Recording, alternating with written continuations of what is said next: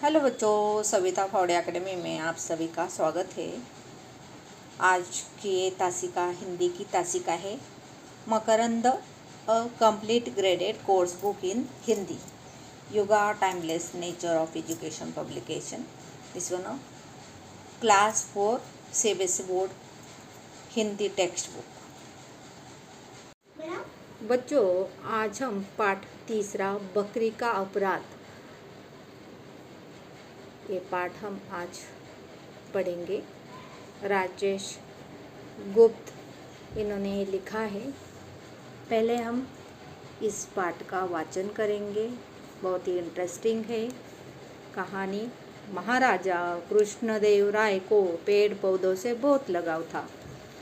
उनके राज्य में पेड़ पौधों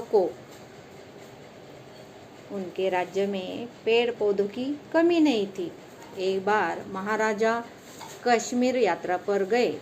वहाँ उन्होंने बहुत सुंदर फूल वाले पौधों के बगीचे देखे, जिनमें से एक पौधा उन्हें बहुत पसंद आया, जिसे वे अपने साथ विजयनगर ले आए। उन्होंने अपने माली को बुलाया और उसे वह सुनहरे फूल वाला पौधा देते हुए कहा, इसे ले जाकर हमारे बगीचे में ऐसी जगह लगाना जो हमारे कक्ष की खिड़की के ठीक सामने हो। एक बात मत भूलना, इसकी देखभाल जी जान से करना। अगर यह पौधा नहीं रहा तो तुम भी नहीं रहोगे। महाराजा की आज्ञा पाकर माली पौधा लेकर चला गया। राजा के आदेश के अनुसार उसने उस पौधे को महाराजा की खिड़की के ठीक सामने लगा दिया। वह उस पौधे की देखभाल जी जान से करता, क्योंकि उसकी जान उस पौधे के साथ जुड़ी थी। महाराजा कृष्णदेव राय सुबह शाम अपने महल से उसे देखते। वे माली की मेहनत से प्रसन्न थे।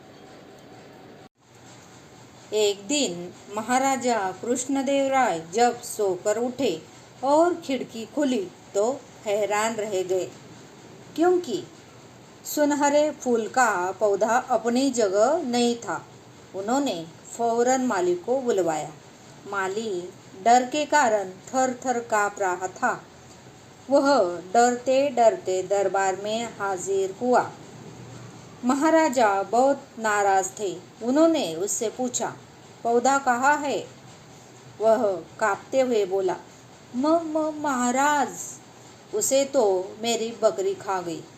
यह सुनते ही महाराजा आग बबूला हो गए और माली को मृत्युदंड देने का आदेश दे दिया। जब माली की पत्नी को यह पता चला तो वह रोती बिलखती हुई महाराजा के पास आई, लेकिन उन्होंने उसकी बात सुनने से इनकार कर दिया।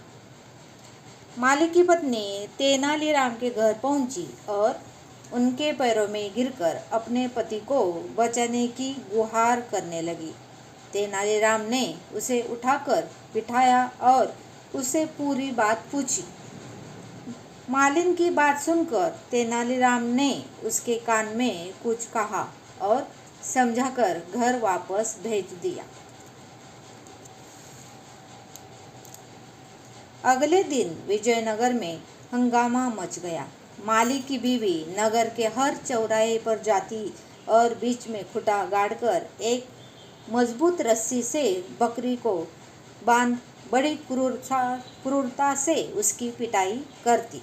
विजयनगर में जानवरों को निर्दयता से पीटना एक जघन्य अपराध था। जब इस बात की खबर कोतवाल को लगी तो उसने बकरी और मालिन को पकड़कर महाराजा के सामने पेश किया।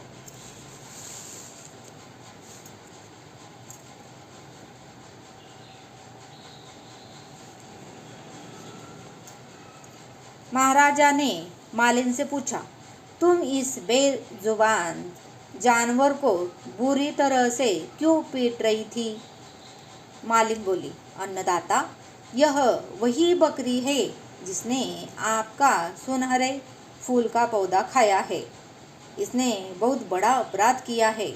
इसने आपके आदेश की अवहेलना की है, इसलिए इसे दंड मिलना जरूरी है। इसके अपराध की वजह से मैं विधवा और मेरे बच्चे अनाथ हो रहे हैं। आप इतने न्यायप्रिय राजा हैं, आपके राज्य में एक अपराधी कैसे खुला घूम सकता है? इसे दंड मिलना ही चाहिए।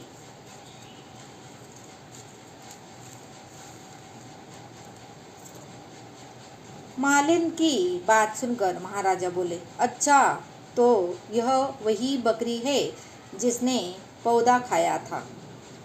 महाराज की समझ में सब कुछ आ गया, लेकिन वह समझ नहीं पा रहे थे कि मालिन में इतनी बुद्धि कहाँ से आई।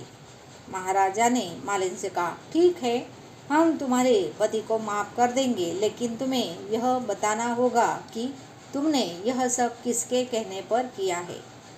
मालिन बोली, महाराजा, तेनालीराम की सलाह पर मैंने यह सब किया है। महाराजा बोले, अच्छा, तेनालीराम।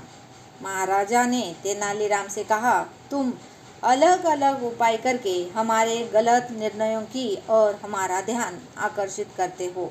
हम प्रसन्न हुए।